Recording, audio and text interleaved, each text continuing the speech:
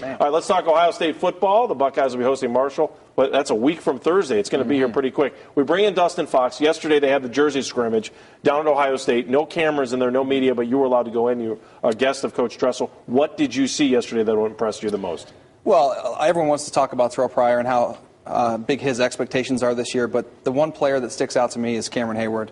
He is, without a doubt, hands down, the best player on the Ohio State team this year. What makes him the best player?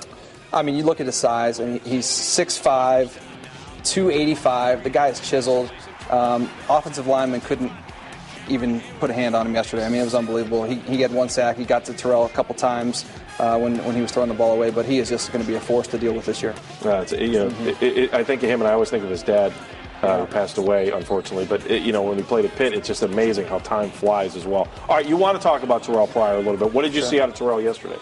He was solid. He was like 11 of 22, 50% passing, had like 155 yards. But the offense as a whole was sort of lackluster. The defense was lackluster. Everyone was sort of tired. We talked about this earlier. The players are just really worn down. I think this has been a really tough camp for them.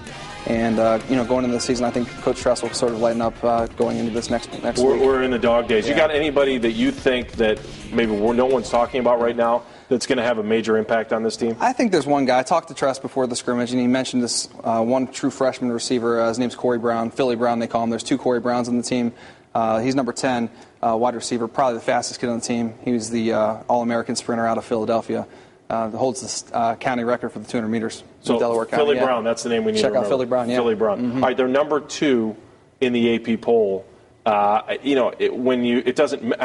just think the polls are just so all over the board because they haven't taken a snap yet. Mm-hmm. But being number 2 right now is so important because it just means you got to go out and do what you have to do and beat who you got to beat, and you're going to be there at the end of the season. You went out and you definitely guarantee yourself a chance to play for the title. There's no question. How about injuries and maybe some setbacks for this team early on? Guys are banged up. I mean, their whole secondary's got a hamstring, it seems like, right now. I think it's just, like you said, from guys just sort of being tired right now. Nathan Williams, the defensive end we talked about last week, Coach Tress said that he will probably be ready for the season opener.